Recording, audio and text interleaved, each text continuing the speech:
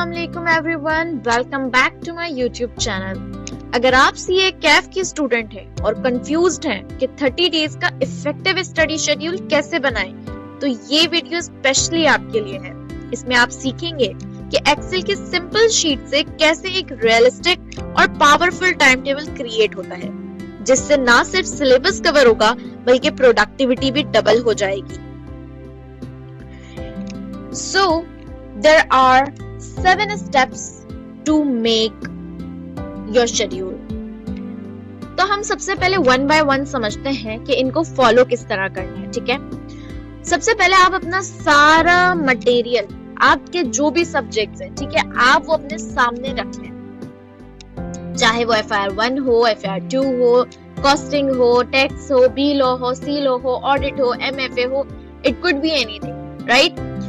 फिर आप ये डिसाइड करें कि आपके लिए सबसे ज्यादा डिफिकल्ट क्या है। लेट्स सपोज हम कॉम्बो देख के बात कर लेते हैं कि किसके लिए क्या डिफिकल्ट हो सकता है। मैं अब आपको अपनी जो है टेम्पलेट दिखाने लगी हूँ जिसमें कॉम्बोज अवेलेबल है। ये है टेम्पलेट, ये मैंने बनाई है।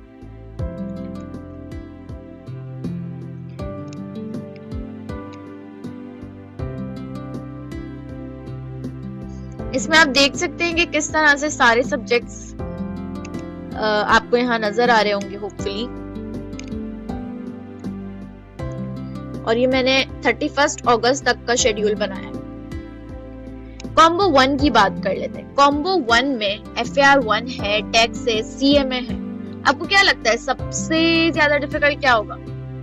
सबसे ज्यादा डिफिकल्ट कुछ लोगों को CMA लगता है, कुछ लोगों को FIR1 लगता है और कुछ लोगों को टैक्स लगता है। वो तो आपने खुद एनालाइज करना है कि आपने कौन सा आपके लिए जो है वो डिफिकल्ट सब्जेक्ट है, आपने वो चूज कर लेना है। अगर जैसे मैं इस साइड पे बात कर लूं, ये मेरा कॉम्बो आ गया, मैं भी आपको ये सारी चीजें दिखा दी और दूसरे कॉम्बो आ गए। जैसे मैं इस कॉम्बो की बात कर लेती हूँ। इस कॉम्बो में लोगों को FIR1 ही मुश्किल लग रहा होगा। उसकी रीजन ये है कि उनका ये पेपर रुका होगा। ठीक है, इस कॉम्बो में तो लोगों को ऑलमोस्ट सब ही मुश्किल लग रहा होगा, बट जहां तक मेरा आइडिया है सबसे ज्यादा जिसकी डिफिकल्टी है वो ऑडिट होगा। ठीक है, ये वाले कॉम्बो में भी लोगों को ऑडिट ज्यादा मुश्किल लगेगा। अब आपने ये चीज डिसाइड कर लेनी है। ठीक है, उसके बाद आपने करना ये है कि आपने डिसाइड करना है what is most difficult for you. ये आपने कर लिया। फिर आपने लास्ट के 10 to 11 डेज, यानी कि आप ये समझ लें कि आपने जो है 21 अगस्त से लेके 31 अगस्त तक के दिनों को छोड़ देना है। आपका जो भी पहला पेपर है उसके लिए, वो आपका FIR1 का हो सकता है, वो आपका FIR2 हो सकता है, वो आपका MFA का पेपर हो सकता है। ठीक है, तो वो कोई सा भी आपका पेपर हो सकता है, उसको आपने स्किप कर देना। फिलहाल जब आप ये शेड्यूल रेडी कर रहे हैं, आपने सोचना है कि वो अभी आपके पास उसके लिए टाइम है। अब आपने जो बाकी के बचे हुए 20 दिन है ना, उन पे काम करना है। अब अगर आपके पास 3 सब्जेक्ट है तो आपने हर सब्जेक्ट को 10 दिन दे देने। FIR1 को 10, सही है, टैक्स को 10, बिजनेस लॉ को 10। अब FIR1 और अगर मैं इसमें बात करूं इस कॉम्बो में टैक्स और बी लॉ में, तो उन लोगों का बी लॉ का पेपर पहले होता है। तो बी लॉ के लिए लास्ट 10 डेज और जो फर्स्ट 20 डेज वो आप डिसाइड करना है, आप पहले टैक्स करेंगे या FIR1 करेंगे। फिर इफ यू हैव 4 सब्जेक्ट्स तो आपको 7 डेज देने हैं हर सब्जेक्ट को। ठीक है, हर सब्जेक्ट को आपको 7 डेज देने हैं और जो फिर लास्ट का टाइम बचेगा उसमें आपने जो आपका पेपर होगा पहला, उसकी तैयारी करनी है। अगर आपके 2 सब्जेक्ट्स हैं जैसे कि मेरे भी हैं, तो आपने 15 डेज दे देने हैं हर सब्जेक्ट को। पोमोडोरो टेक्निक आपने लाजमी अप्लाई करनी है। क्या करना है, अपने 1 आवर का स्टडी सेशन रखना है, 15 मिनट्स का ब्रेक रखना है, या 2 आवर का स्टडी सेशन रखना है, हाफ एन आवर का ब्रेक रखना है, जिसमें आप अपना लंच कर सकते हो, डिनर कर सकते हो, आप नमाज पढ़ सकते हो। ठीक है, और या आप थोड़ी देर के लिए बस बगैर पढ़ाई के गहरी सांसें ले सकते हो, क्योंकि ये मंथ वैसे भी बहुत क्रूशियल होता है स्टूडेंट्स के लिए, तो इसमें टाइम वेस्ट नहीं करना। लेते हैं हर तरह के कॉम्बो पर। तो सबसे पहले बात करने जा रहे हैं हम कॉम्बो नंबर 1 पर। तो कॉम्बो नंबर 1 के लिए ये देखें, FAR1, टैक्स एंड CMA। अगर मैं बात करूं FAR1 की, तो इसमें है 13 चैप्टर्स। टैक्स की अगर मैं बात करूं 19 चैप्टर्स एंड कॉस्टिंग की अगर मैं बात करूं तो 16 चैप्टर्स है। ठीक हो गई बात। अब कुछ स्टूडेंट सोचते हैं पर एक चैप्टर एक दिन में करेंगे, तो ऐसे नहीं हो सकता क्योंकि सिलेबस ज्यादा है। ठीक है, तो आपको इफेक्टिव मैनेजमेंट करनी होगी इस सिलेबस की। अब आप किस तरह से कर सकते हो, अब आप तो वो देख लेते हैं। अच्छा, आप लोग का सबसे पहला पेपर जो होगा वो होगा FAR1 का, राइट।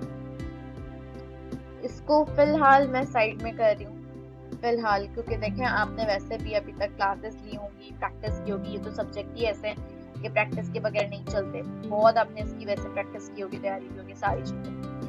अब हम बात कर लेते हैं टैक्स पर और कॉस्टिंग पर थोड़ी सही है। अब मैं आपको बताती हूँ कि आपने टैक्स और कॉस्टिंग को लेके कैसे चलना है।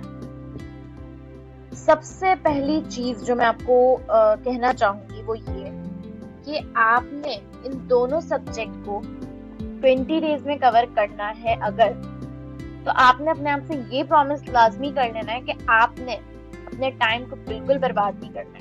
ठीक है, क्योंकि दोनों ही सब्जेक्ट मुश्किल भी हैं और सिलेबस भी है।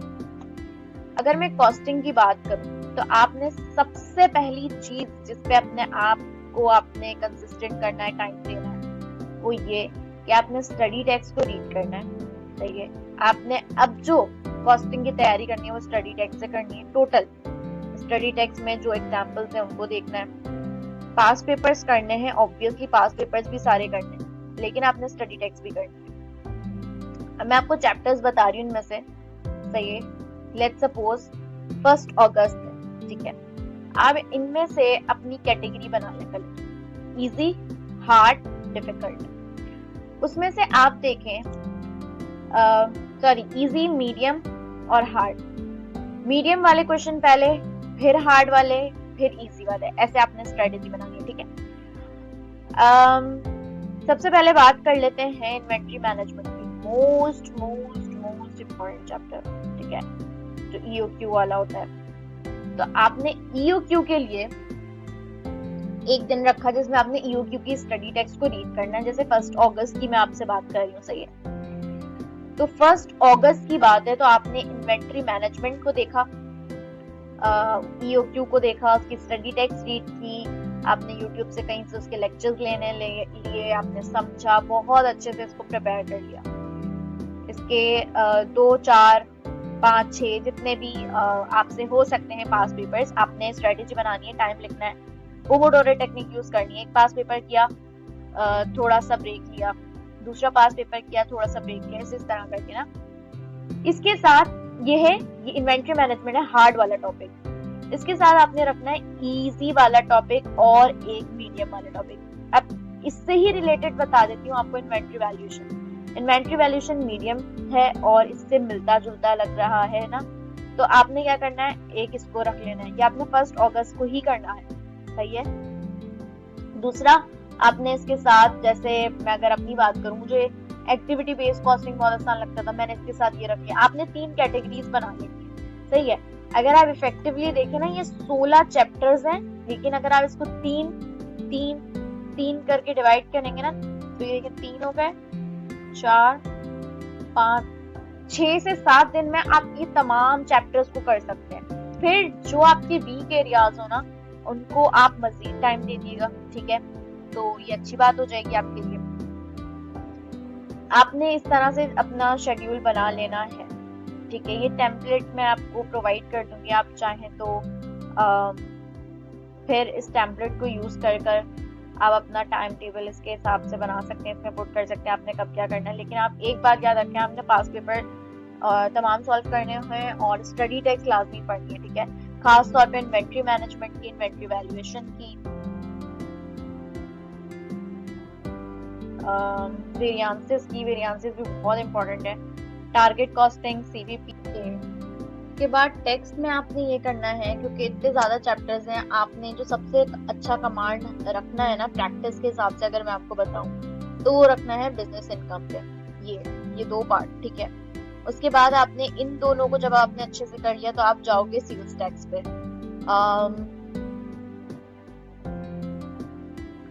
ये यहाँ इसकी सारी थ्योरी भी और इसकी सारी की सारी जो है कैलकुलेशन बेस्ड क्वेश्चंस जो भी हैं वो सब आपने देख लेना है। उसके बाद आपने जाना है सैलरी पे, और सैलरी के बाद आपने जाना है कैपिटल गेन पे, और जो डिविडेंड वगैरह सारी चीजें हैं उस पे जाना है। फिर आपने ये जो थ्योरी के चैप्टर्स हैं, एथिक्स हो गया, बेसिक कॉन्सेप्ट्स हो गए, कॉन्स्टिट्यूशनल, ये 3 चैप्टर्स आपने बहुत अच्छे से कर लेने हैं, और सेल्स टैक्स कर लेना है थ्योरी के लिए, सही है। और लेकिन आपने इसको 10 दिन में करना है, तो उस हिसाब से आप इसको स्केजुलाइज करिएगा। ये अपील और ये वाले जो है ना, इनको बिल्कुल आखिर के लिए छोड़ दिएगा प्लीज। इन पे मैंने अपने टाइम पे बहुत टाइम ज़ाया किया था, जबकि इनमें से कुछ आया भी नहीं था, खास इम्पोर्टेंट है नहीं, बट कभी कभार आ जाता है, लेकिन इनकी वजह से टाइम अपना बर्बाद नहीं करेगा। जो इम्पोर्टेंट चीजें हमेशा आती हैं उन पे टाइम दिएगा। FAR 1 पे आ जाते हैं, आराम से हो जाएंगे, 10 दिन है, 13 चैप्टर्स हैं, ठीक है। सबसे पहले आपने ये देखना है कि आपका कैश फ्लो स्ट्रॉन्ग हो, आपका अर्निंग पर शेयर स्ट्रॉन्ग हो, ठीक है, आपका interpretation of financial statement ratios वाले एरिया स्ट्रॉन्ग हो, चेंजेस इन इक्विटी आपको अच्छे से आता हो, आपका investment property plant and equipment, जब आपने ना इनको तो 1 डे दे देना है, बाकी आपने गवर्नमेंट ग्रांट को किसी के साथ कंबाइन करके प्रैक्टिस कर लेना है किसी एक दिन, बोरिंग कॉस्ट को किसी एक के साथ कंबाइन करके बना लेना है schedule, conceptual framework just go through करने का, इसकी रीडिंग करनी है, अर्निंग पर शेयर आपने अच्छे से कर लेना है, ठीक है, और अकाउंटिंग फॉर एनपीओज को आपने अच्छे से कर लेना है। IAS 8 तो वैसे भी statement of changes in equity के साथ होता है, इसका भी मसला नहीं है। अच्छा, उसके बाद बिजनेस लॉ पर आ जाता है, क्योंकि जिनका कॉम्बो ये है कि बिजनेस लॉ है जिनका, तो ऑब्वियसली उनका पहला पेपर बिजनेस लॉ का होगा, तो उनके लास्ट 10 डेज बिजनेस लॉ के लिए होंगे। इसमें आपने जो रट्टे वाले चैप्टर है ना, anti money laundering and electronic payments, data protection act, electronic crimes, competition act and arbitration act, और introduction to the legal system, ये आप स्टार्ट के तो नहीं कहूंगी, लेकिन आप इसको 21 और 22 अगस्त को कर लें मिलाकर, इसमें जो लर्निंग की चीजें हैं। उसकी वजह ये कि एंड टाइम पे आप लर्निंग करोगे तो भूल जाओगे, बिल्कुल भूल जाओगे और पैनिक हो जाओगे, इसलिए उसको आप कर लेंगे ना तो आप ये समझ लें 20 to 25 मार्क्स सिक्योर हो जाएंगे आपके। उसके बाद जो है आप आए performance contract 1, performance of contract 2, इस पे सही है, इसको आपने बहुत अच्छे से कर लेना है। कंटिंजेंट कॉन्ट्रैक्ट आपने फिर देख लेना है, ये तो बहुत इजी चैप्टर है, ये वाले 3-4 जो है। फिर आपने partnership, nature of partnership, relation of one partner to another, relation of partners to third parties, इनको आपने 2 दिन देके जो पार्टनरशिप वाला पूरा एरिया उसको कवर आपने कर लेना है। नेगोशिएबल इंस्ट्रूमेंट्स में जो बनाने के लिए आते हैं, ब्लैंक चेक होते हैं, और आई गेस प्रॉमिस कॉन्ट्रैक्ट, इस तरह से कुछ था, तो वो आपने देख लेना है। उसके अलावा बात कर लेते हैं MFA ऑडिट, ये रह गया ना हमारा, चले पहले ऑडिट देख लेते हैं। ऑडिट में जो है ना, जो मेन एरिया है सब्सटेंटिव प्रोसीजर्स है, ठीक है, ये सब्सटेंटिव प्रोसीजर्स, ठीक है। ये सब्सटेंटिव प्रोसीजर्स जो है ना, इनको आपने सबसे पहले कवर करना है। जब आपने अपनी प्रिपरेशन करनी तो उस हिसाब से आपने अपनी शेड्यूलिंग करनी है। सबसे पहली प्रायोरिटी सब्सटेंटिव प्रोसीजर्स को, सही है। दूसरी पार्टी आपने देनी है एथिक्स को, ठीक है, तो ये रहा एथिक्स। तीसरी प्रायोरिटी आप दो टेस्ट ऑफ कंट्रोल्स को, इंटरनल कंट्रोल्स को। चौथी प्रायोरिटी फिर आप दो रिलेटेड पार्टी ट्रांजैक्शंस को। फिर 5वीं प्रायोरिटी पे आप लेकर आना जो बाकी सारी चीजें बच गई। MFA की बात कर लेते हैं। तो MFA को आपको ये करो कि आप सबसे पहले तो जो भी आपका थ्योरी वाला एरिया है ना, उसको तो आप सबसे पहले ही निपटा लो, जैसे political environment and business economy and the business perspective, social and legal environment, information and communication technologies, technological disruption and business environment. ठीक है, तो ये वाला जो एरिया है ना, ये होती है थ्योरी। इसकी आपने भरपूर केस स्टडीज की प्रैक्टिस, आप ऐसा ये कर लो कि जैसे मैं अगर अपनी बात करूं तो मेरे पास 15 डेज है MFA को कवर करने के लिए ना, तो मैं 5 डेज रख रही हूँ जिसमें मैं लेक्चर्स लूंगी केस स्टडीज के। मैं लेक्चर्स वैसे खत्म कर चुकी हूँ केस स्टडीज के, ताकि उसकी प्रैक्टिस हो जाए। उसके अलावा के जो 10 डेज होंगे उसमें से फिर मैं 5 डेज जो है रखूंगी कि मुझे सिर्फ जो है ये वाले एरिया पे काम करना है जिसमें कैलकुलेशन है, और 5 डेज में दोनों पे काम करूंगी। ठीक है, तो इस तरह से करके आपने ये बना लेना है। अच्छा, ये तो मैंने आपको ये सब्जेक्ट के दिखा दिया। आपने पोमोडोरो टेक्निक अप्लाई करनी है, लाजमी। अच्छा, ये टेम्पलेट मैं आपको दिखा देती हूँ कि कौन कौन से सब्जेक्ट के लिए है।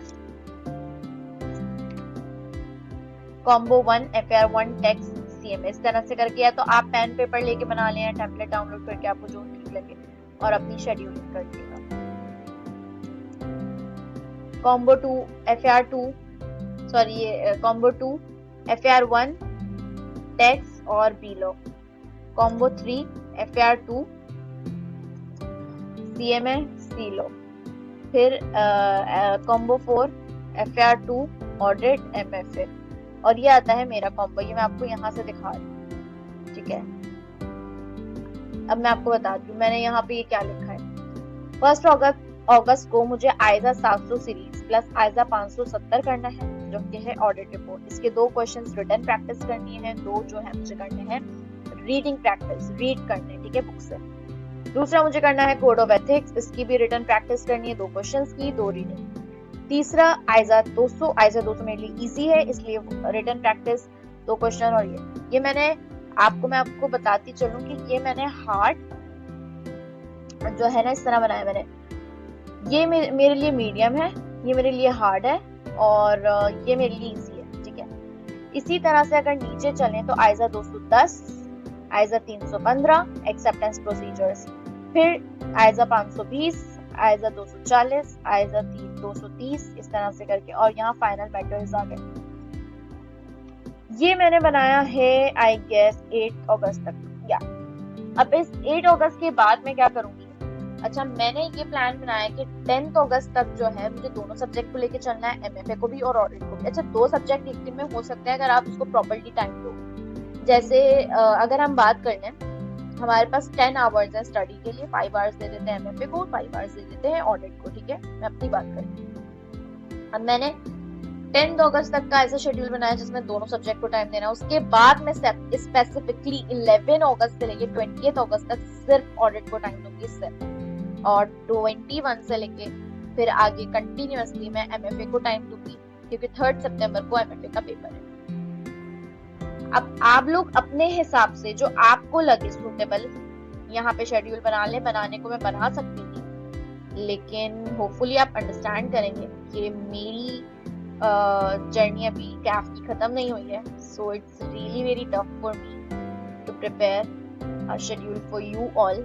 बट इंशाल्लाह कभी ना कभी तो मैं बनाऊंगी आगे आने वाले स्टूडेंट्स के लिए जो आगे पेपर्स देंगे कैफ के, या मुझे जैसे ही अपने एग्जाम्स देने के बाद टाइम मिलेगा तो मैं इस टेम्पलेट को कंप्लीट करूंगी, क्योंकि इस पे प्रॉपर टाइम लगता है। मैं जब अपना भी शेड्यूल बना रही होती हूँ तो टाइम लगता है, एटलीस्ट 3 घंटे लगते हैं एक कॉम्बो को करने में, और यहाँ पे कोई 6-7 कॉम्बोज हैं, सो बहुत ज्यादा मेरा टाइम वेस्ट हो जाएगा, और यू नो कि अभी टाइम कितना क्रूशियल है। लेकिन होपफुली आप लोगों ने अपने लेक्चर्स तमाम कंप्लीट कर लिए होंगे और आप लोगों का कोई लेक्चर पेंडिंग नहीं होगा।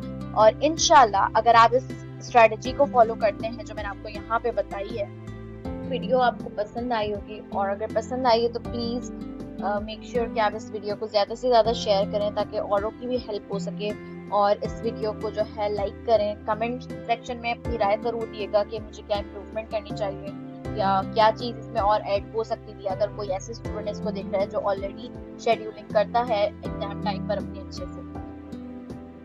ये जो 7 स्टेप्स मैंने आपको बताए इसको याद रखिएगा, इसको देखते हुए आपने अपनी जो है शेड्यूलिंग करनी है। और एक चीज बस आपने याद रख लेनी है, हार नहीं माननी, हिम्मत नहीं हारनी, और बस आपने अपने एग्जाम की प्रिपरेशन करते रहना है। और आपके चाहे 2 सब्जेक्ट हैं, 3 सब्जेक्ट हैं या 4 सब्जेक्ट हैं, आपको उन तमाम को बहुत इफेक्टिवली और एफिशिएंटली लेकर चलना होगा। और अपने एग्जाम से पहले बिल्कुल भी आपने पैनिक नहीं होना है। Hope you all are doing well, and inshallah this attempt is yours. So best of luck for your exam. Allah Hafiz. We'll meet soon.